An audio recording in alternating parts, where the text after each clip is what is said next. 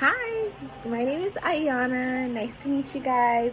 If you're new to my channel, please hit the subscribe button and the like button. We are today going to be talking about Hyrecar. Okay.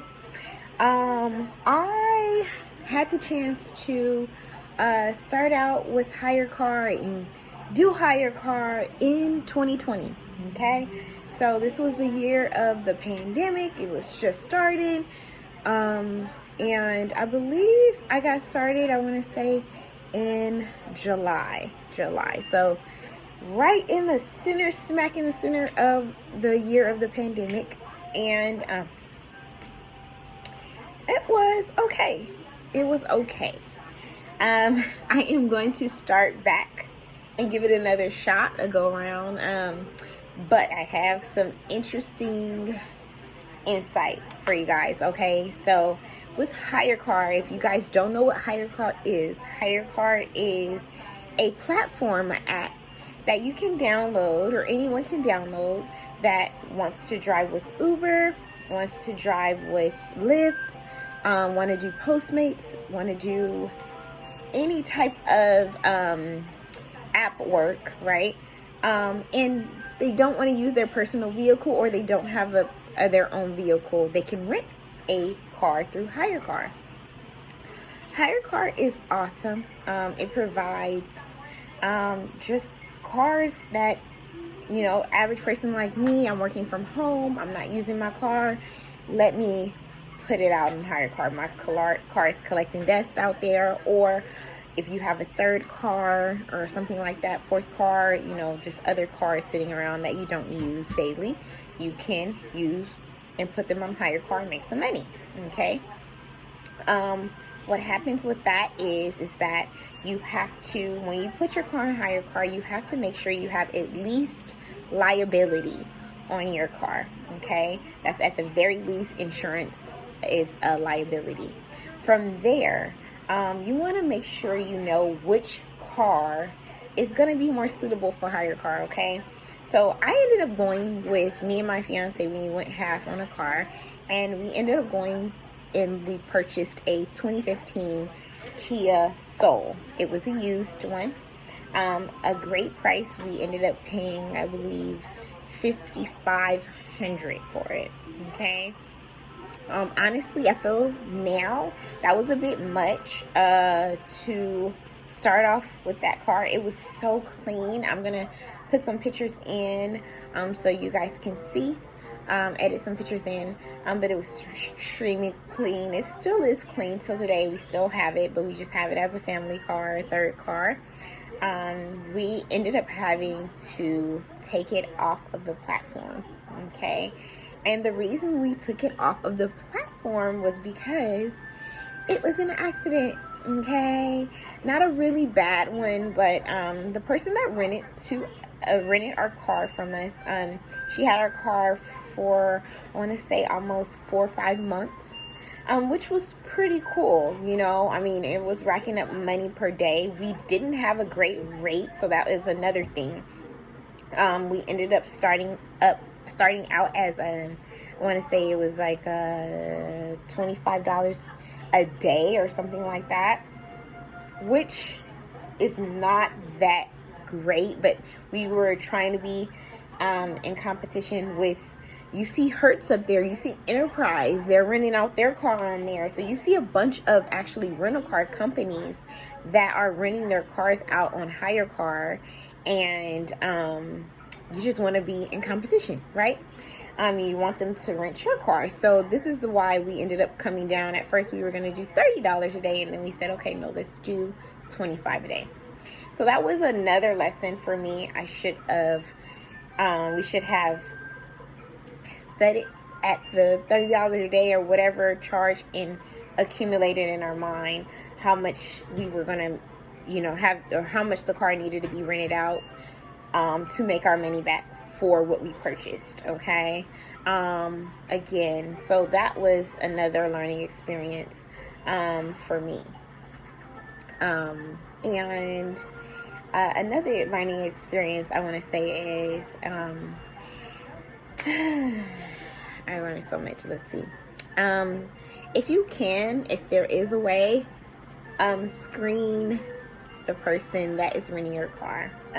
We ended up having a issue with the person that rented our car, and we were just excited to have our first renter. So we, met at this gas station, this local gas station in between her where she lived and where we lived.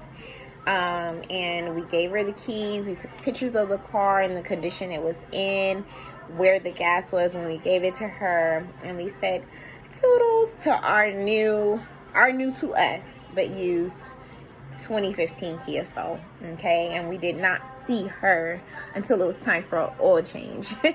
And it was time for oil change about almost close to 2 months in, when she had the vehicle. The young lady that had the vehicle, she kept extending the time. She only did like 2 days at a time, but she just kept extending 2 to 3 days at a time. She extend. And it was great for us. I mean, we were excited. We were like, okay, we hope it's okay. We hope nothing's happening with our car. So we ended up going, my fiance, we had her bring the car to our place where we get the oil changes done. Most of our cars, we get the oil changes done down the street from our home. And she failed to tell us that the car had been in an accident. And at that point, she said, well, she was parked. This is her story. She said that she was parked at Walmart, and she said, I guess a car or a truck or a van or something like that came and hit the passenger fender. Hit the passenger fender, and then backed up and kind of hit it again, and it scraped the paint and it dented on the passenger fender. And I will put some pictures in. At that point, I told her, my husband and I, my fiance and I, we told her that we are going to need you to file this with Hirecar. Did you let Hirecar know? She said no. And in the fine print with Hirecar, all the renters are supposed to alert the owners and also file a claim with Hirecar, in which she failed to do. And so at that point, I'm working from home. So I was working from home at the time. My fiance had went and met her at the oil change place and was telling me this while I'm on the phone. So I'm like kind of upset, because I'm just like, when did this happen? What day? Was it a month ago? When was it? You withhold this information until we actually see you. So it's kind of hard to even really trust her. And at that point, I was honestly just ready to get our car back so we can go and get it fixed and do everything. But we let her go. She said she would contact Hirecar herself and file the claim. So after that, my fiance comes back. We sit down and talk about it. I call Hirecar myself, and I file the claim. And I say, she has failed to file the claim. I want to file the claim.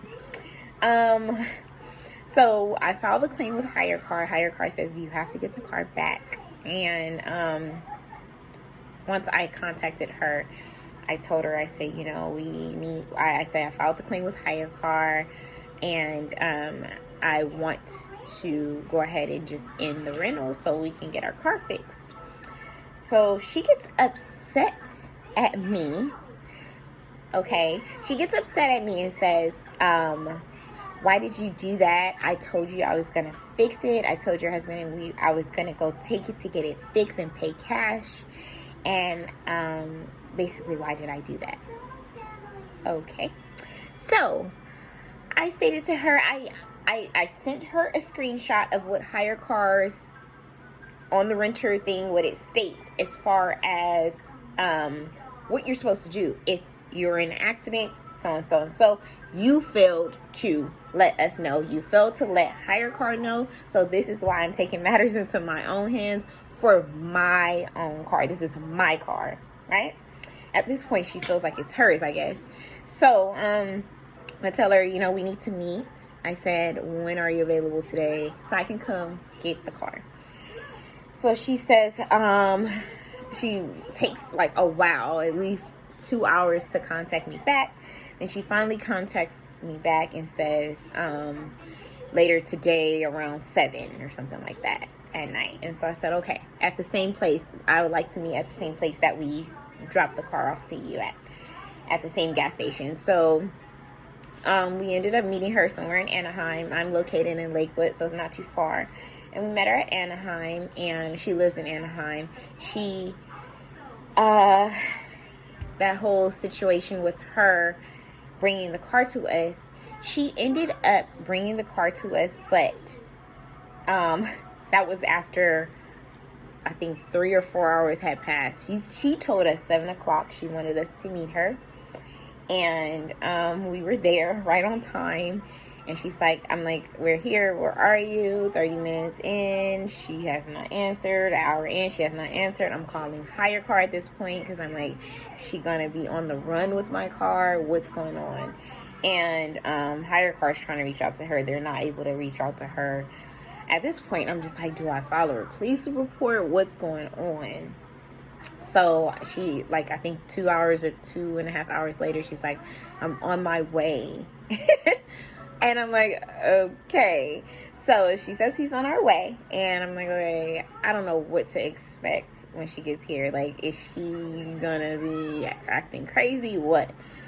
So we end up, I think maybe 3 hours in. She was like an hour late after the on my way. So about 3 hours, 3.5, that we ended up getting our car back. Checks everything out. She went to go, she told me, she's like, I went to go get it fixed. And I said, no one told you to do that. I said, we didn't agree to have any work done on our car. We don't know who. It could have been a backyard mechanic. We don't know who, a backyard, whoever. We don't know who is doing what work to our car. So I just didn't agree to that. And I was very highly upset. The work was not great. Dent was still there. Paint was not painted right.